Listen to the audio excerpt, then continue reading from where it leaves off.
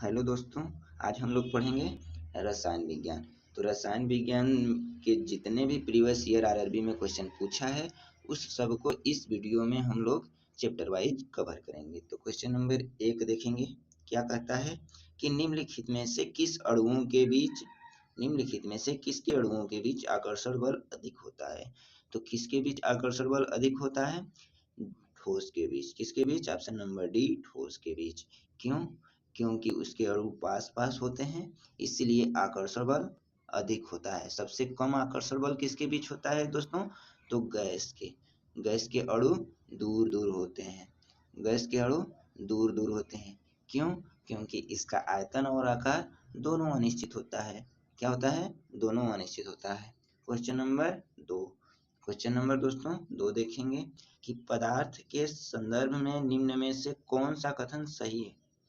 तो दोस्तों क्वेश्चन पूछा है कि पदार्थ के संदर्भ में निम्न में से कौन सा कथन सही है। तो कौन सा कथन सही है? ऑप्शन नंबर ए, पदार्थ के कणों के बीच कोई आकर्षण बल नहीं होता। पदार्थ के कणों के बीच कोई आकर्षण बल नहीं होता। ये क्या है दोस्तों? ऑप्शन नंबर ए क्या है? गलत है दोस्तों। क्या है? गलत है। सॉरी, हमने क्वेश्चन जो पढ़ा था गलत पढ़ लिया था। क्या पढ़ लिया था? कि कथन सही है, क्योंकि दिया क्या है? कथन सही नहीं है। तो कथन सही नहीं है, ऑप्शन नंबर ए सही नहीं है। और ऑप्शन नंबर बी क्या कहता है? पदार्थ के कण द्रव और वायु में सतत स्थानांतरित होते हैं। ठीक है। और सी क्या कहता है? पदार्थ कणों से बना होता है और पदार्थ के कणों के बीच अंतर होता है। ठीक है। क्वेश्चन नंबर तीसरा क्या है कि ठोस के कणों के संदर्भ में निम्न में से क्या सही है। तो ठोस के कणों के संदर्भ में से क्या सही है दोस्तों? ऑप्शन नंबर सी, व्यवस्थित तरीके से विन्यासित होते हैं। किस तरीके से? व्यवस्थित तरीके से विन्यासित होते हैं। दोस्तों रेलवे में कोई विज्ञान के क्वेश्चन एक महत्वपूर्ण भूमिका निभाते हैं, जिसको आप लोग को देखना ही होगा। रेलवे की अगर कोई परीक्षा पास करना है तो विज्ञान का क्वेश्चन देखना ही पड़ेगा। तो क्वेश्चन नंबर 4 क्या कहता है? क्वेश्चन नंबर 4 कहता है कि अभी तक वैज्ञानिकों द्वारा पदार्थ की कितनी अवस्थाएं तय की गई हैं। तो वैज्ञानिक अभी तक कितनी अवस्थाओं को तय किया है? तो 5। कितनी अवस्थाओं को? 5। वो कौन कौन सी है दोस्तों? ठोस, द्रव, गैस तो सभी लोग जानते हैं। चौथा है प्लाज्मा और 5वां है Bose Einstein condensate. Bose Einstein condensate इसको किसने खोजा था? तो बोस आइंस्टीन ने खोजा था। ठीक है। अब क्वेश्चन नंबर 5वां क्या है? क्वेश्चन नंबर 5वां है जो नीचे आकृति दी गई है। ठीक है। जो आकृति दी गई है इससे क्या अनुमान लगाया जा सकता है। तो दोस्तों आकृति को देखिए और इससे अनुमान लगाइए। क्या लगाया जा सकता है दोस्तों? क्या लगाया जा सकता है? तो इसका ऑप्शन नंबर बी है, प्लाज्मा एक तरल पदार्थ है।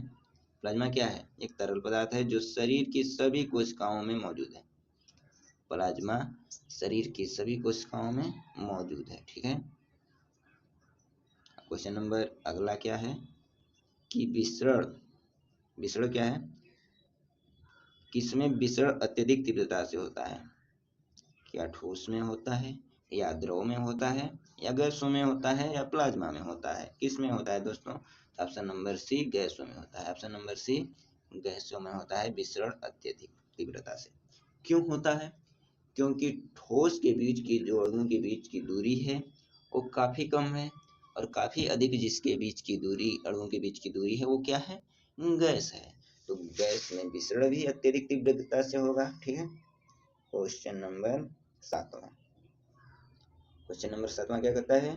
निम्नलिखित में से कौन सा कथन गलत है। तो कौन सा कथन गलत है दोस्तों? कौन सा कथन गलत है? पदार्थ के कण स्थिर अवस्था में होते हैं? बिल्कुल नहीं, बिल्कुल नहीं। पदार्थ के कण स्थिर अवस्था में होंगे? बिल्कुल नहीं।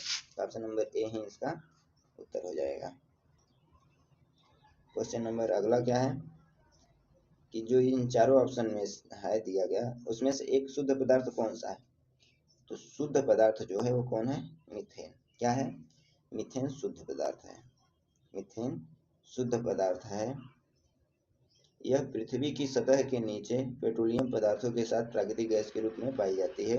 यह दलदली भूमि में भी मिलती है, इसलिए इसे मार्स गैस भी कहते हैं। तो जो मीथेन है इसे मार्स गैस भी कहेंगे। क्या कहेंगे? Marsh gas.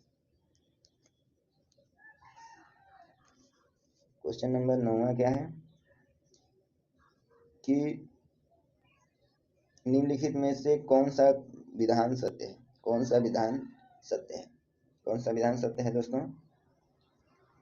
दृढ़ता दिया है। दृढ़ता का परिभाषा दे दिया है कि पदार्थ के प्रकार के अनुसार कणों के स्थान के आधार पर आकार बदलता है। उदाहरण के लिए ठोस पदार्थों का निश्चित आकार होता है, जबकि तरल पदार्थ उनके पात्र का आकार प्राप्त करते हैं। और देखा जाए तो गैसों का कोई आकार नहीं।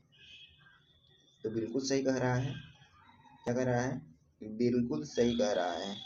नहीं दोस्तों, बिल्कुल गलत कह रहा है। क्या कह रहा है? बिल्कुल गलत कह रहा है। क्वेश्चन अरे बी क्या दिया है? संपीड़ितता। संपीड़ितता क्या होता है? यह पदार्थों का वह गुण है जिसके कारण उच्च दाब पर उनका आयतन कम हो जाता है। गैसों में यह गुण पाया जाता है।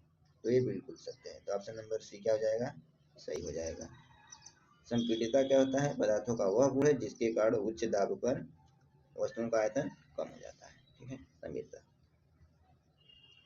क्वेश्चन नंबर इतना ही। अगला क्या पढ़ेंगे? अगला पढ़ेंगे चैप्टर क्या पढ़ेंगे? पदार्थों का वर्गीकरण, यौगिक मिश्रण और विलयन। अगला क्या होगा? पदार्थों का वर्गीकरण, यौगिक मिश्रण, विलयन। दोस्तों रोज हम एक टॉपिक कवर करेंगे, चाहे छोटी हो या बड़ी हो। तो दोस्तों इस वीडियो को अपने दोस्तों तक पहुंचाएं और पूरा देखें, क्योंकि आपका इससे लाभ होगा। थैंक यू, धन्यवाद दोस्तों।